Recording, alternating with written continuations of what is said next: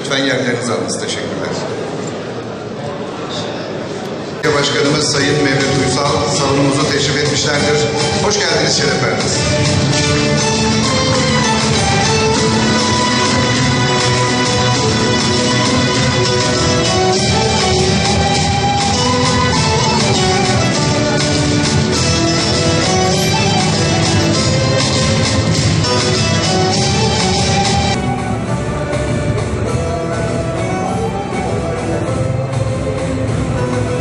Sayın İstanbul Büyükşehir Belediye Başkanım, değerli akademisyenler, değerli basın mensupları, saygıdeğer yaklaştığı dönemlerin olduğu 17-18 milyonun altına düşmediği bir şehir.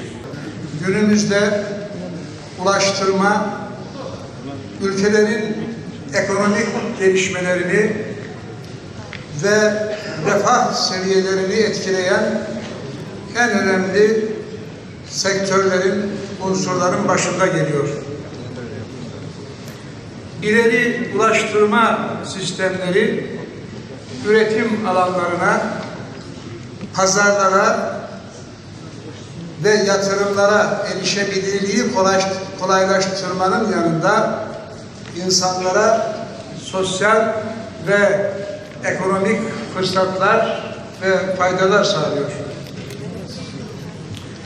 Yoğun nüfus artışının yanında bilim ve teknoloji alanındaki sınırları zorlayan adımlar az maliyetli, yüksek kapasiteli, daha hızlı, daha güvenli ve daha konforlu ulaşım ihtiyaçlarını tüm dünyada zorunlu hale getirmiştir.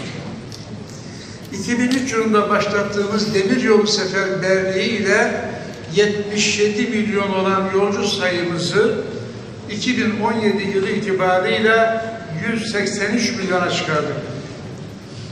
29 Ekim 2013 tarihinde hizmete giren asrın projesi Marmaray'da ise başlangıçtan bugüne kadar 296 milyon yolcu taşındı. Ankara-Sivas hızlı tren projesinde ise sona yaklaştık. Marmaray ve Bakü-Tiflis-Kars yolu hattını açarak kıtaları demiryoluyla kesintisiz ulaşımını sağladık. Hava yolu ulaşımında ise Cumhuriyetimizin 95. kuruluş yıl dönümünde açılışını yaptığımız İstanbul Havalimanımızla yeni bir evreye girdik. Bugüne kadar zaten hava yolu ulaşımında büyük mesafeler almıştık. 2003 yılında 36,5 milyon olan hava yolu yolcu sayımız 2017 yılı sonu itibariyle 195 milyona ulaştı. Dahası bu dev tünel Gayrettepe, İstanbul Havalimanı ve Altunizade, Ataşehir, Sabiha Gökçen hatlarıyla da tam olarak entegre olacak. Böylece vatandaşlarımız 3 katlı Büyük İstanbul Tüneli'ni kullanarak Sabiha Gökçen Havalimanı'ndan İstanbul Havalimanı'na tren değiştirmeden bir saatin altında ulaşabilecekler. Çalışmalarımız tamamlandığında İstanbul'un tüm ilçeleri metro ile birbirine bağlanmış olacaktır. Yine karayolları çalışmaları kapsamında İstanbul'da Kuzey Marmara bölgesini, Güney Marmara bölgesine, Ege bölgesine, İç Anadolu bölgesine, Akdeniz bölgesine bağlayacak otoyol yatırımlarımız da devam etmekte. Kuzey Marmara otoyolunda önemli bir kesimi trafiğe açtık. 2019 yılı sonunda bu projeyi de tamamlayıp hizmete açacağız. Yine 1915 Çanakkale Köprüsü ve bağlantı yollarını da 2022 yılında hizmete açıp Marmara Denizi etrafında bir otoyol ringi oluşturmuş olacağız. Tabii tüm bu çalışmalar insanımızın hayatını kolaylaştırmak, yaşam kalitesini artırmak ve insanımıza daha iyi hizmet vermek için, İstanbul'umuza daha iyi hizmet vermek için, İstanbul'umuzun çevreyle olan ulaşımını ne kadar kolaylaştırırsak, İstanbul içerisindeki hareketliliği daha güvenli, daha hızlı, daha konforlu bir şekilde insanımıza sunma imkanını bulacağız.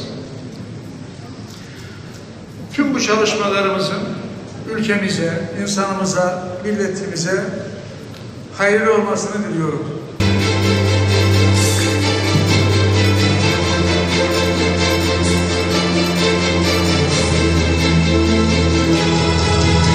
Şehir hatlarımızın, İstanbul'umuzun simgesi olan bir maketini takdim ediyorum.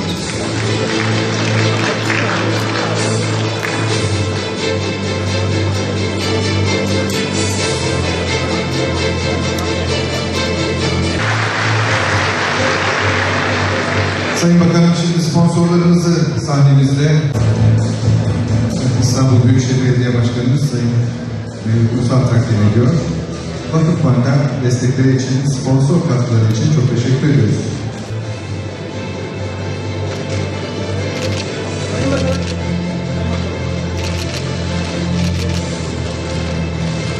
için teşekkür ederek ürün hediyesi takdim ediliyor. Kıymetli misafirlerimiz, şimdi sahnemizde hem fuarımızın hem de kongremizin kordele kesilerek açılışını gerçekleştireceğiz. Hazır mıyız? Kongremizin ülkemize, sektörümüze, tüm katılımcılarımıza, bu sektöre hizmet verenlere hayırlı olması temennisiyle kordeleyi kesiyoruz. Ya Allah, bismillah.